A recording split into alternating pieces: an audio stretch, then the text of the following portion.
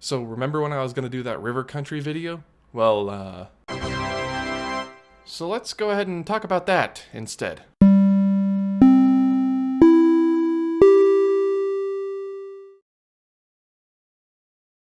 Now, some of you may have seen my explosive Twitter rant this morning, and that's because we got some news regarding the Princess and the Frog retheme of Splash Mountain. That's right, the attraction retheme they announced 2 years ago finally got 1, a name, and 2, an opening window. Not really date, kind of a window. Let's go ahead and talk about that right now. Okay, so first, the whole point of my Twitter rant this morning was just how I'm gonna say atrocious the name for the new Splash Mountain retheme is, and that is, the full name, ladies and gentlemen, is Princess and the Frog, Tiana's Bayou Adventure. Now, okay, it's like Remy's Ratatouille Adventure. They just like putting blank adventure in attractions now, I guess. Splash Mountain. It's quick, it's easy, it's memorable, you know, it stays on the mind. Maelstrom, even Frozen Ever After. You know, Frozen Ever After is a bit more creative. Guardians of the Galaxy Mission Breakout is even easily shortened from like Guardians of the Galaxy Mission Breakout to just Mission Breakout. That's what I call it, at least. I just call it Mission Breakout or Cosmic Rewind, that kind of thing. Tiana's Bayou Adventure doesn't have quite the same ring, and I'm assuming they just want people to shorten it to Princess and the Frog. Just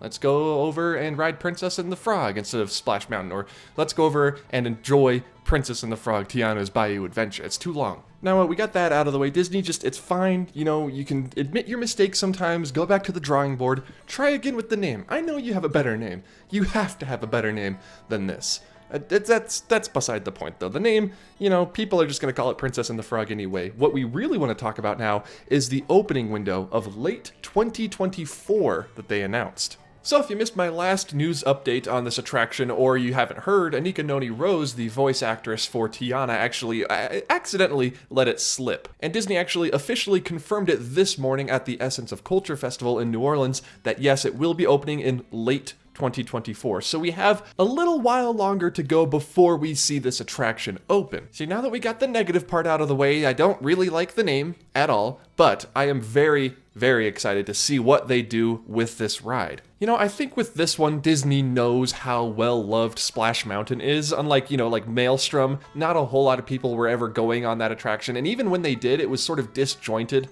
And so with Frozen Ever After, they could just sort of do whatever as long as Elsa was in there. With Splash Mountain, though, it's a bit different. People are worried that they're going to be adding a lot of screens to the ride, and while I do think we will be seeing some screens to like fill out the backgrounds, I don't think that they're going to be the focal point of the ride. If they are the focal point, then we have a problem. But Splash Mountain is such a broad display of a bunch of different kinds of audio animatronics, mostly recycled from America Sings at Disneyland. I think for the ride, in order to have like one cohesive visual language, they're going to have to go all out on the animatronics. Anyway, what are we talking about? The opening date. That's right, late 2024. Now, I don't think that the attractions are going to have a simultaneous open. I think they're going to open at different points. I think maybe September, October, November for Disneyland, and then December for Walt Disney World. It's a little weird they're going to go for late 2024 because, you know, the weather's going to be colder. It's going to be winter times, but maybe that's their way of cutting down on the opening day crowds. I mean, that might be a pretty smart move on Disney's behalf. So I gotta give them credit there. Late 2024, later on in the year,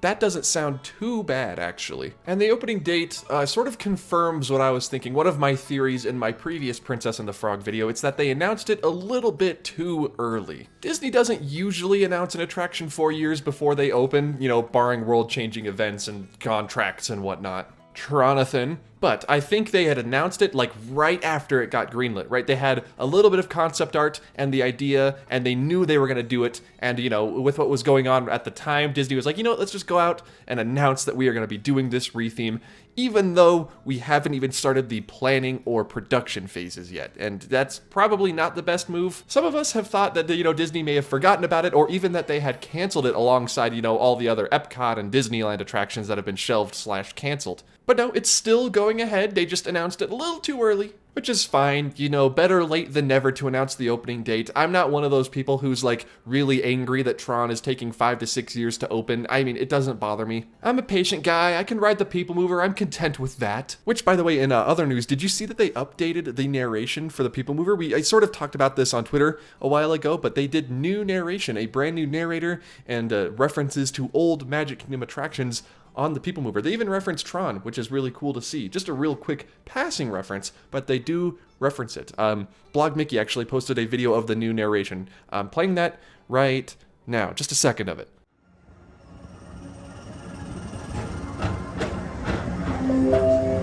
Now approaching Tomorrowland Speedway and Tron Light Cycle Run.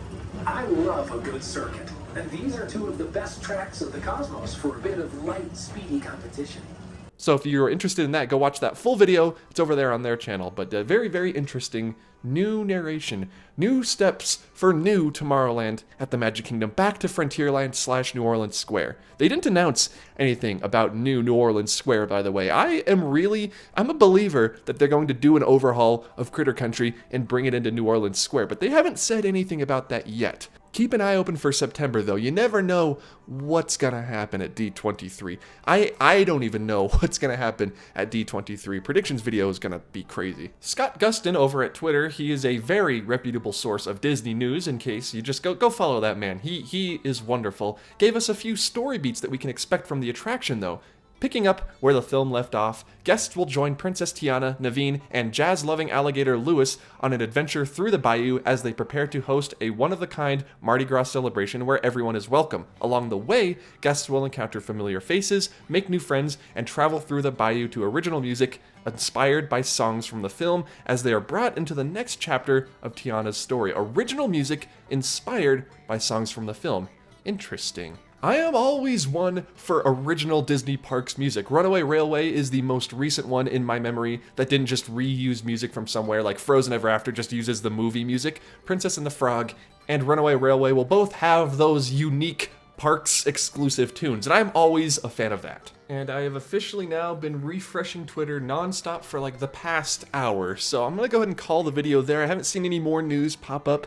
If any more news does end up popping up, I'll probably post about it over on Twitter, so go follow me over there, and if it's big news, I'll just make another video. I mean, what's the worst that could happen? I'm assuming we're going to get more info regarding this attraction, maybe some work in progress animatronics, maybe some more concept art at D23 in September, so keep an eye out for that. I'm going to be trying to go to the parks panel. I might not be able to make it in because I've heard it's notoriously impossible to get in, but I'm going to be trying my darndest to get in, so stay tuned for that. There's going to be a lot more announcements, a lot more Diz news, other than just Splash Mountain around that time. But what do you think? What do you think about the new name? I personally am not a fan, but, you know, some people might like it.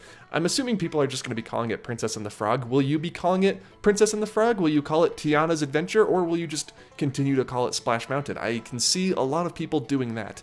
Overall, everything I've seen, besides the name obviously, looks pretty good. I'm excited for this new attraction. I trust the Imagineers behind it. Good friend Tony Baxter is coming out of retirement to help work on it. So I think it's going to end up turning out a lot better than people are expecting. So just keep an eye out September for more Princess and the Frog, Tomorrowland, what have you news. I don't know what they're going to announce. And that's it for this Diz News video. Thank you all for tuning in. It's very spur of the moment video. If you can tell, it's early in the morning.